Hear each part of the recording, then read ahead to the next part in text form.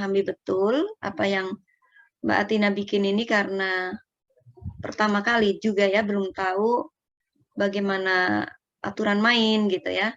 Tetapi yang perlu diketahui, kita ini adalah insan akademik yang segala sesuatunya itu harus berlandaskan standar ilmiah ya. Segala sesuatu itu harus ada referensinya.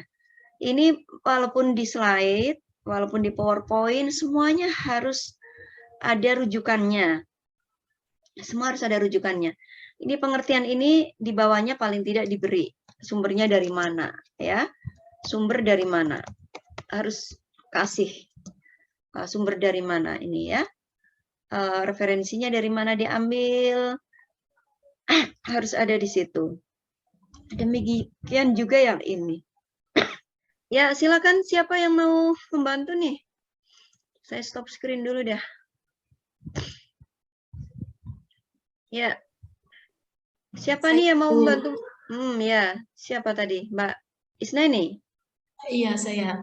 Ya, silakan Mbak Isnaini. Assalamualaikum warahmatullahi wabarakatuh. Waalaikumsalam warahmatullahi wabarakatuh.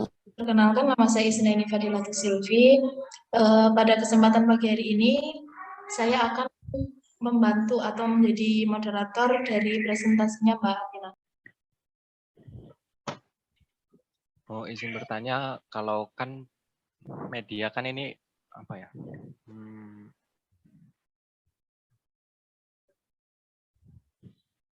Misalnya presentasi gitu kan, semua orang kan mendapatkan hak yang sama ketika dipresentasikan.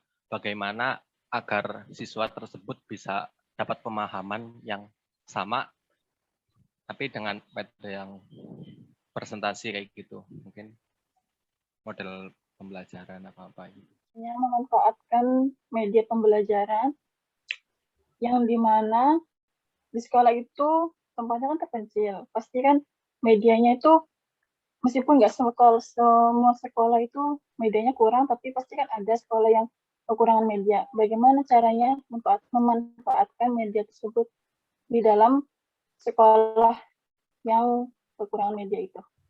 Yang terpencil gitu ya? Iya Mbak Mun. Atau di daerah yang ya ada kendala itu. Nah, ini itu bagaimana kalau ini kan tadi pertanyaannya kalau dalam keadaan di daerah terpencil ya, bagaimana cara memanfaatkan media ketika dalam keadaan tersebut? Maksudnya dalam keadaan di daerah yang terbatas gitu ya? Ya, terbatas. Serba terbatas gitu. Banyak kayak siswa SMP atau SMA gitu. Nah, kalau kita lihat dari sisi anak SMP itu kan lebih bisa mengerti daripada anak SD. Kayak penyampaiannya pun kalau lewat materi cuma hanya lewat lisan, itu mereka masih punya inisiatif, oh ya dicatat gitu. Tapi kalau misalnya yang nggak suka dicatat, ya kita juga pakai cara media. Apalagi zaman sekarang yang udah banyak banget ya dari coba anak-anak lihat di YouTube atau coba cari di IG atau di TikTok gitu. Materi tentang ini kalian lihat, mereka pasti lebih suka, oh iya ya, di TikTok ada yang kayak gini, di YouTube ada yang kayak gini. Nah, mereka sendiri anak SMP itu lebih punya rasa inisiatif untuk mencari daripada anak SD. Kalau anak SD kan kita harus mengarahkan, ayo anak-anak kita lihat materi ini, Bu Guru punya kayak tampilan di kartun kayak gitu kan, harusnya kayak diayomi kalau anak SD. Kalau misal anak SMP kan kita nyuruh coba nyari di YouTube, nyari di TikTok atau nyari di mana, pasti mereka langsung berpikir, ya di sini ada, oh iya lewat Google aja ya, kan ada banyak nih tentang materi yang ini, kita cari aja, nanti kalau misal Ibu Guru menjelaskan, kita juga udah punya gambaran sendiri kayak gitu.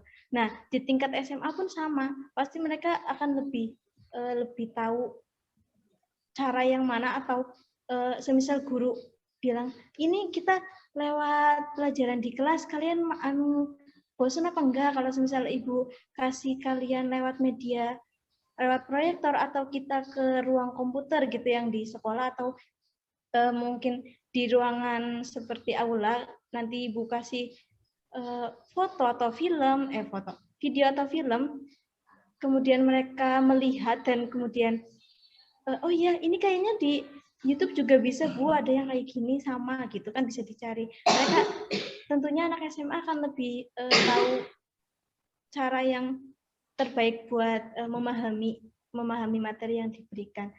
Jadi guru mengarahkannya mungkin dari SD, SMP, SMA kan beda-beda. Mungkin kayak gitu Bu. Nah dari semisal tingkatan itu sendiri kan anak-anak pasti sedikit demi sedikit kan nggak mungkin langsung dikasih materi langsung oh ya ngerti gitu kan, nggak kayak gitu, karena setiap anak juga pasti karakter menerima pelajaran kan beda-beda, kayak tingkat kecerdasan atau rangsangan dari pikiran mereka beda-beda. Jadi caranya ya tergantung guru itu mengajarnya di tingkat SD, SMP atau SMA gitu.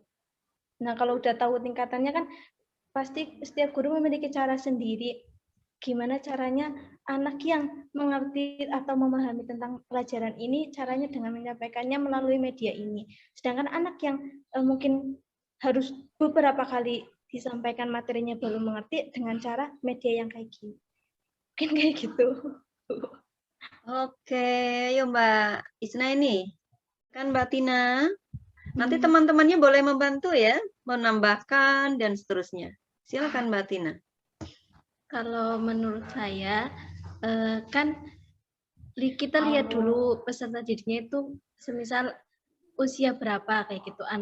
Semisal anak SD atau SMP itu kan juga beda-beda lagi. Kalau anak SD mungkin lebih suka kalau medianya berupa semisal pelajaran PAI itu sukanya yang ada kartun-kartunnya. Nah, kita ambil peserta didik yang banyak suka, paling banyak suka semisal lihat kartun tentang Naruto gitu.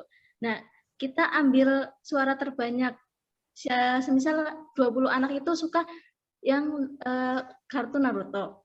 Nah, kita tampilkan pelajaran atau materi tentang PAI dengan menggunakan aplikasi atau kartun itu. Ya, mungkin melalui pakai proyektor atau apa gitu. Nah, kalau dari sebagian yang itu sudah lebih suka, kan berarti kalau udah suka dia bisa lebih memahami. Nah, dari yang suara sedikit atau suara sedikit yang suka suara sedikit nggak suka gimana ya bahasanya, bentar dulu. Semisal dari yang paling banyak itu kan udah mengerti dari cara yang disampaikan melalui tampilan kartun gitu. Nah, yang nggak suka itu kita kumpulkan dengan cara kita tanya mereka tuh sukanya pakai media yang apa sih biar mereka itu lebih bisa mengerti materi yang diberikan oleh guru gitulah. Nah, kalau semisal gurunya udah tahu mungkin yang ini sukanya kayak gini, yang ini sukanya kayak gini. Nah, jadi dulu ingat ya pada saat dulu kita belajar tentang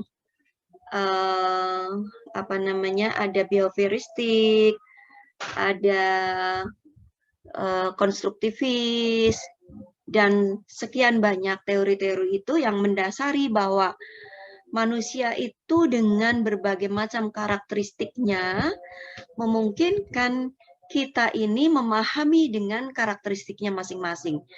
Cocok dengan yang disampaikan oleh Mas Rizky tadi bahwa